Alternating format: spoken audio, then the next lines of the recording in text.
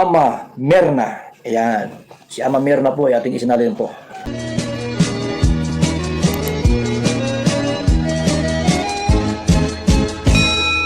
Eto na naman po tayo, ano? Good morning po muli sa inyo mga kalingap, mga kabsat.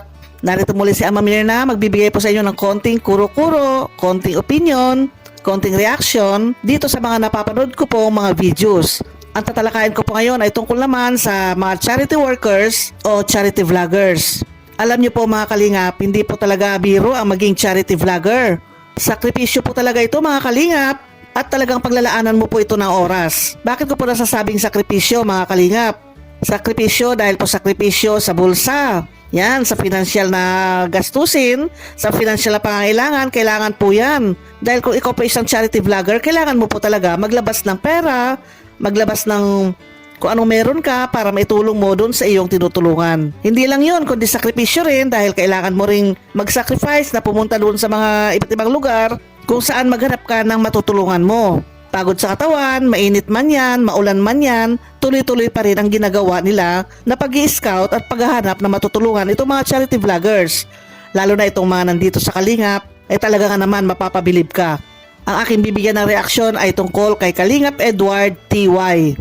Panoorin po ninyo ang channel at suportahan po ninyo si Kalingap Edward TY. Dahil isa rin po siyang charity vlogger ng Kalingap na handa pong tumulong sa mga nangangailangan na kaya po niyang tulungan. At ito nakaraan nga po ay meron tayong napanood na isa niyang video na talagang pumunta siya doon sa bundok. Naglakad siya na napakalayo. Nang sa ganon ay puntahan niya yung lugar ng mga katutubo. At meron siya nakita doon na isang tutulungan. Kung gusto po niyo mapanood dito ng buong buo ay dalawin po ninyo yung channel ni Kalingap Edward TY para mapanood po ninyo ito ng buong buo.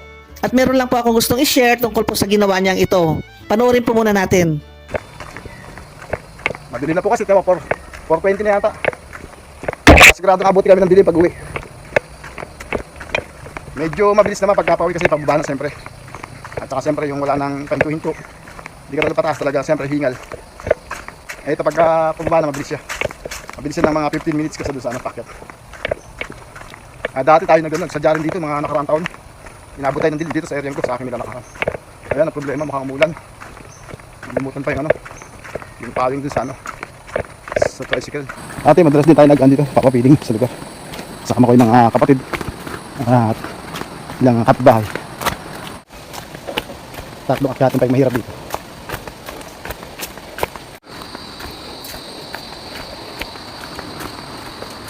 Yan, masigad yan ang ating mga kapatid na katubo dito. Ayan, nilalakad na rin sila. Hindi na kaya mo. Hirap ang daan. Mabilas. Ayan. Kalahati pa lang tayo. Kita ko sa inyo yung pawis na pawis tayo. Ayan po. Pawis na pawis tayo. Nangingin ng 5 braso. Ayan. Ayan kapatid ko si Luz. Ayan. Ito ang pangit naman. May mga tama. Ayan. Sa kalahati pa lang kami may higit. Pero yung pawis natin. Sagasay mo yung dyan. Lalagay si Luz ng dahon. Ano yung kanyang sandals. Ayan. Ayan. Ay nako. Bakit mga kahoy. Ay putik. Naulit tayo pataas. Huling nito. Huling barangka. Isa ito sa pinakang matarik. At dito ako madalas natatalisod. At yung mga nakapanood sa akin kung matatandaan nyo, may dala ako ng isang sakong bigas na 25 kilos. Na hingal kabayo na ako ng time na yun. Dito yung natapon sa lugar nito. Ito kasi paakyat. Madulas. At medyo may mga ugat-ugat ng puno. Kaya siyempre sa haba ng linakad mo, yung pinakang exercise natin ay bumibigay. Kaya yun, medyo nagpahinga ko yun. At saka medyo hindi ka ganun kabigat ng ating dala. Konti lang. Kaya nakabawi rin ng lakas. Ayan. Baka malapit na po tayo.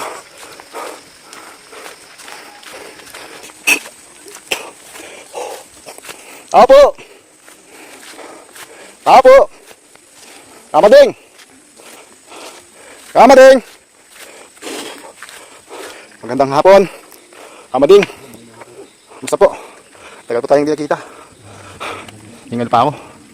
Kasi yung bigla, hindi na naman hindi naman nag-online na yung pamangkin mo, hindi ko na siya makontak. Kumbaga, hindi na ako, kaya nagsadya ako ngayon para malaman ko ano nga yung sitwasyon nyo ngayon. Ayan, Kuya Bal, isa po sa ating gusto kong patulungan sa iyo sa Kamading. So ito po yan, matagal na po siyang nagsasuffer. Yan, Kuya Bal, ito po isa sa gusto kong matulungan mo sana, si itong mag-asawang to. Tingnan ko po yung bahay mo, pakita ko po, Ayan po, pasok po ako, Kalyo New Lina ba?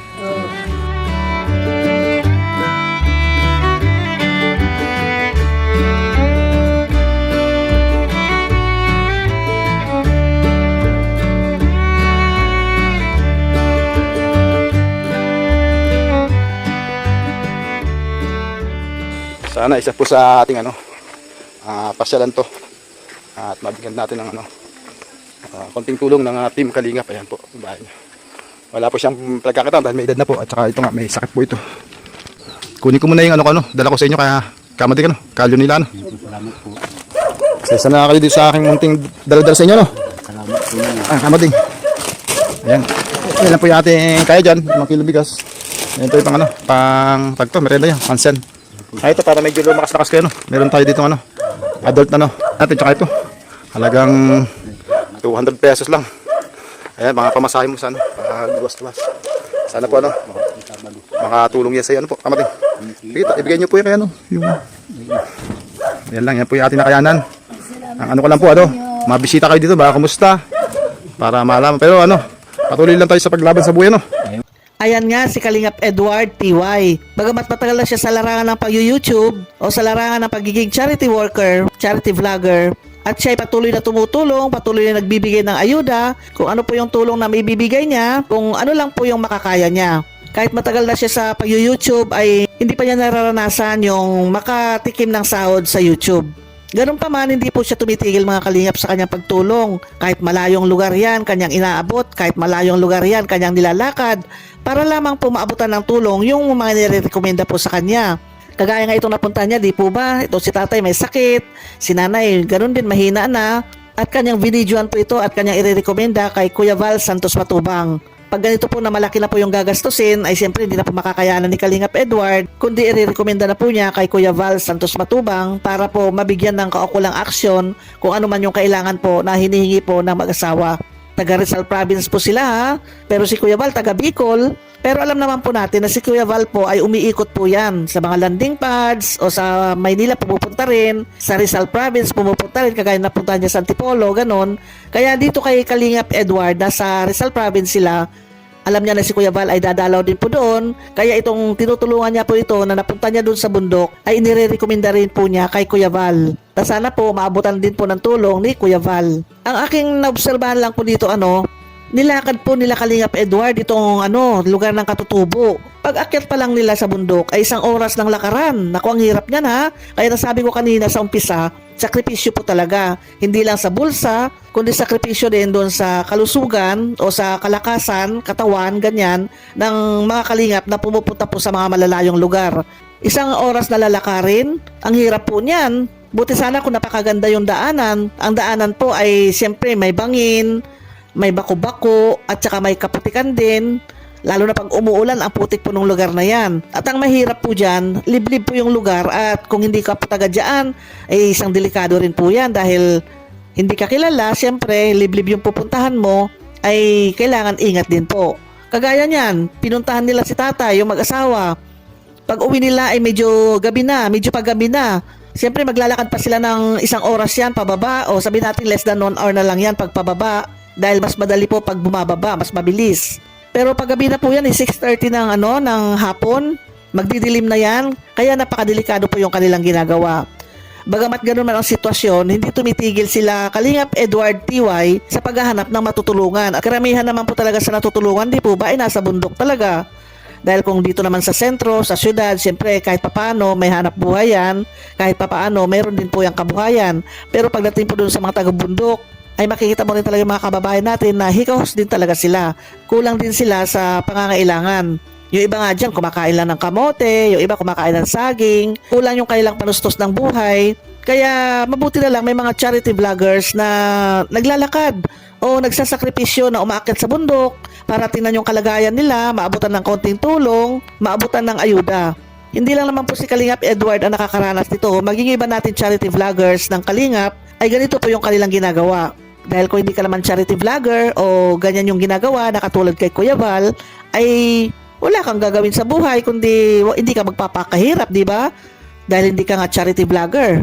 Pero dahil pinasok yung ganyang trabaho, may pusong tumulong talaga, anumang hirap yan ay kailang susuungin. Mapabundok man, mapadagat man, mapapatag man, o mapa sa kabilang ibayo man, ay hindi tumitigil itong mga kasama nating mga charity Kalingap vloggers. Itong si Kalingap Edward TY, kasama ng ibang mga charity vloggers din dyan sa Rizal, ay hindi po tumitigil yan sa paghahanap ng matutulungan. Kaya sana itong si Kalingap Edward TY ay matulungan po natin na mapataas po yung kanyang views upang sa ganon, mamonetize na rin po siya. Para sa ganon, meron naman po siyang dagdag na makukuhanan para sa tulong po na ipinapasa niya o iniabot niya doon sa mga recipient po o doon sa mga beneficiaries po. Panoorin po ninyo ibang mga charity vlogs po ni Kalingap Edward. Puntahan po ninyo ang kanyang channel dahil yung kanyang mga videos po o kanyang mga uploads dahil iba-ibang lugar, iba-ibang sitwasyon ang mga na-vlog po niya. Magbibigay po sa atin ng inspirasyon para maging tunay na taga-suporta po ng Kalingap. Kaya huwag kalilimutan, Kalingap Edward TY. Pakisuportahan po. Okay, salamat sa inyong panonood. Hanggang sa muli. Bye-bye!